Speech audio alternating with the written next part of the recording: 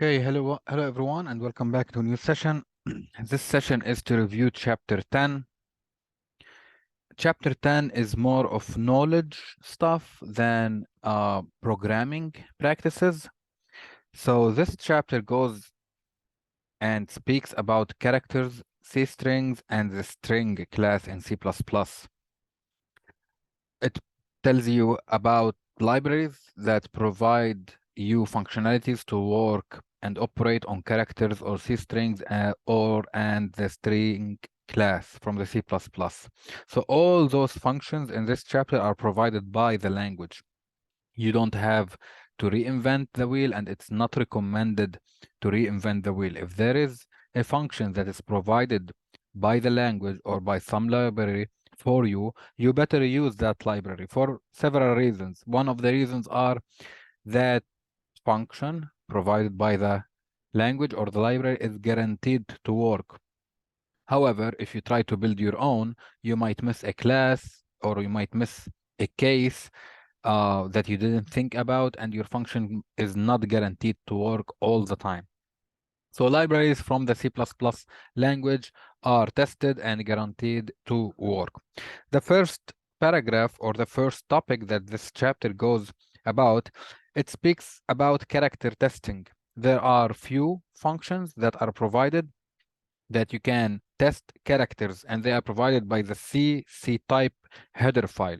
The table is on page 558, table 10-1.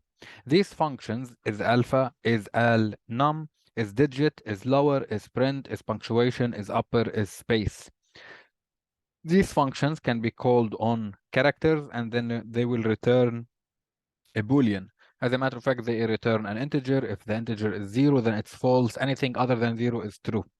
But the idea is, if you pass a character to this function, for example, is lower will return a true if the character is lowercase, small letter, and will return false if the character is uppercase or capital letter.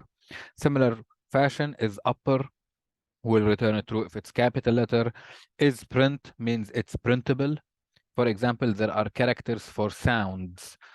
Sound characters are not printable. Is punctuation, is it a punctuation character? Is it a digit or a letter? And so on and so forth. There is a description beside each of those functions. Then the chapter speaks about C strings. You need to know, as a CS2 student, you need to know the difference between a C string and a string. So you have a C strings and you have strings. Strings in C++ is the C++ string, and C strings in C++ is the C from the language C. So C strings are the C language strings, and just strings is the C++ string. It's a library called string provided by the language. The main difference between a C string and a string, the C string is an array of characters. So array of characters, and they are terminated by a null character. So this is the main difference. It's an array of characters. Strings are not an array of characters as a data structure. They are something else you don't have to worry about. But you already know that if you create an array of characters or an array of integers, the array doesn't provide you any functionality. It's just a collection of data. If you need to sort it, you have to build your own function. If you need to search it, you have to build your own function. Anything you need to do on an array, you have to micro program it. You have to manually do it. With the strings, the C++ strings, it's a library provided by the language, and it provides you also functionality that you can operate on those strings. For example, length, it tells you how many characters is in the array, or concatenate, or compare, or Also arithmetics, you can check if a string is equal to another string. You can check if a string is greater than other string, and so on and so forth. Also, C strings are terminated by a null character. So when you say I need a string equals, for example, to my name, then the language or the compiler automatically will add the null character like this, which is \0, the null character for you. So this string under the hood is basically an array that looks like this. The first character is K. The second character is H. Oops. Then A. Then L. Then I. Then L. And then the last character is the null character, which looks like this. So it's single quotation and then \0. The \0 is the null character. So this is how the C string is stored in memory. With that being said, you can, if you want to micro program any functionality on this array, you can use the null character as an indication or a sentinel that will indicate that this is the end of the string. No matter how big the string is, you're gonna keep iterating until you reach or encounter the null string. Then it tells you, the chapter tells you that there are library functions for working with C strings. For example, you have strcat, and strcat accepts two C strings, and the function will concatenate or append one string to another. So let's get rid of this part for now, and then I'm gonna list the functionality that you can use that are provided by the language. So first you have the strcat function, which is a function that takes two C strings and concatenates them together. The second function is called strcpy.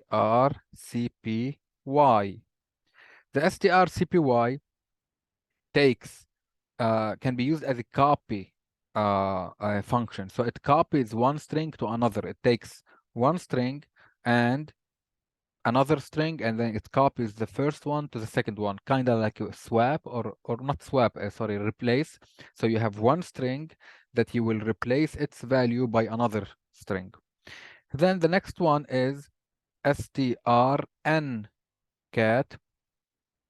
and since strcat and strcpy function can potentially override the bounds of an array, they make it possible to write unsafe code. These two are not very safe because they can override the bounds. They can go out of the bounds. For example, strcat concatenate. Let's say I have a C string that is of length 10, and then I have another string of length 15.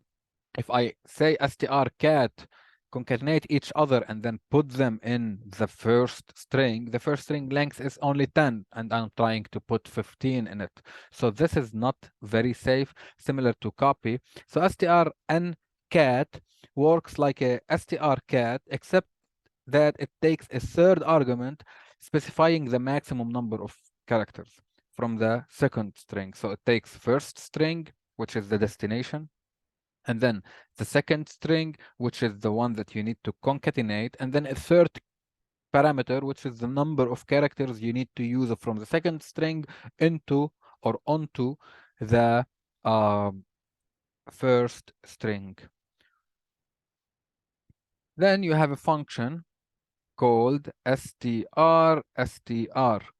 This function searches for a string inside of a string. So it checks if a string is a substring of another string. For example, if I want to check this C string, my name, I can call str on the C string HA, and it will return true because HA is a substring of this string. If I try to check for A, B, it will return false because A, B is not part of the C string above. Another function is str c cmp, which is a comparison string. Since C strings are stored in character arrays, as I mentioned, you cannot use the relational operator directly on the names of the strings because the name of the array, when you declare an array in C++, the name is only the beginning address. It's not the entire string. So you cannot just say, hey, if my array1 less than my array2. So strcomp, which is comparison, basically does this functionality for you. So you can say, for example, if str compare string1, comma, string2 equal false or equal true, if they are equal or not. Str comparison will check if a string is equal to another string, and it will return a boolean. Under the hood, it will return an integer, either 0 for false or anything else for true. Then you have the table, which is on page 577, that lists all the ones I mentioned, in addition to str length. So str length, str len, which returns the length of the C string. You call str and then you pass it a string and it will return, well, this is 5 characters. For example, here it will return 1, 2, 3, 4, 5, 6. It will not return the null character. Then there is a topic 10.5, which is a string numeric conversion functions. So this library provides functions for converting C strings and string classes to numeric data type. For example, you might see an array that is the character 1. Let me fix this. Okay. So the character 1, the character 2, the character 5, the character 6, and then the null operator. So this as a character doesn't equal 1256. As a numerical value, this is different than a string. The numerical value 1256 as an integer int is different than the character 1, then the character 2, then the character 5, then the character 6. So there are functions that will convert the C string to an integer and will return that value. For example, there is the function ATOI. So ATOI will take a C string and will return the numerical or integer value of that string. You have ATOL,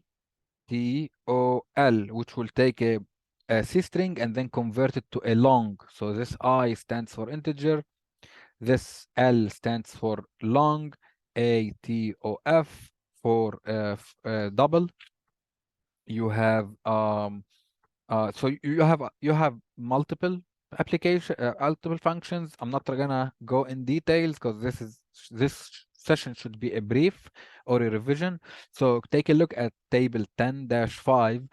Those are the functions that will convert C strings to numerical values or even string objects. So either C strings or the C++ strings. Another function the book needs you to know about is the toString function. ToString function, which is on page 581, this converts a numerical value to a string. So you will give it 1, 2, 5, 9 as an integer, and then it will return the string, which is the bunch of characters, the character 1, then 2, then 5, then 9.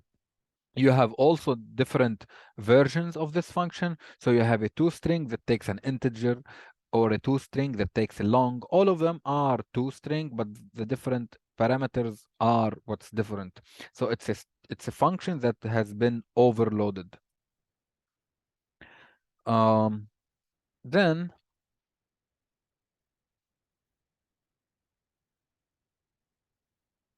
the book starts speaking about the um, string as is, which is the C++ string, and you use it in your code by saying include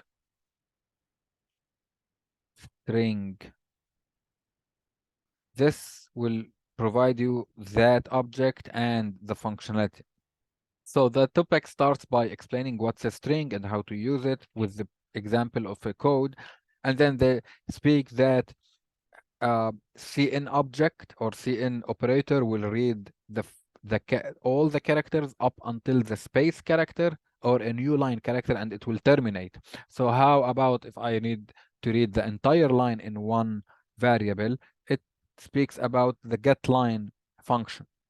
Then they speak about comparing string objects and sorting string object, and all those functionalities are provided. So if you don't have any idea, please go ahead and read the book.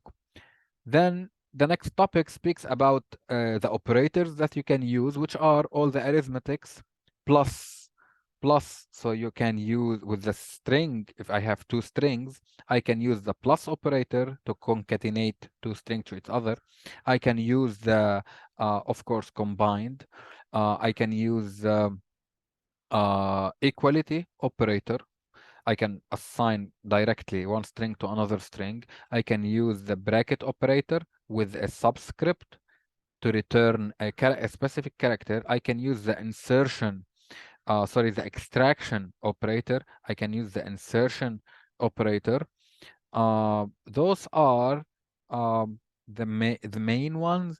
Then you have the relational ones. You can use the less than or equal, greater than or equal, are they equal, are they not equal. You can also use these operators, or I'm gonna say one set, two sets, and this is the topic.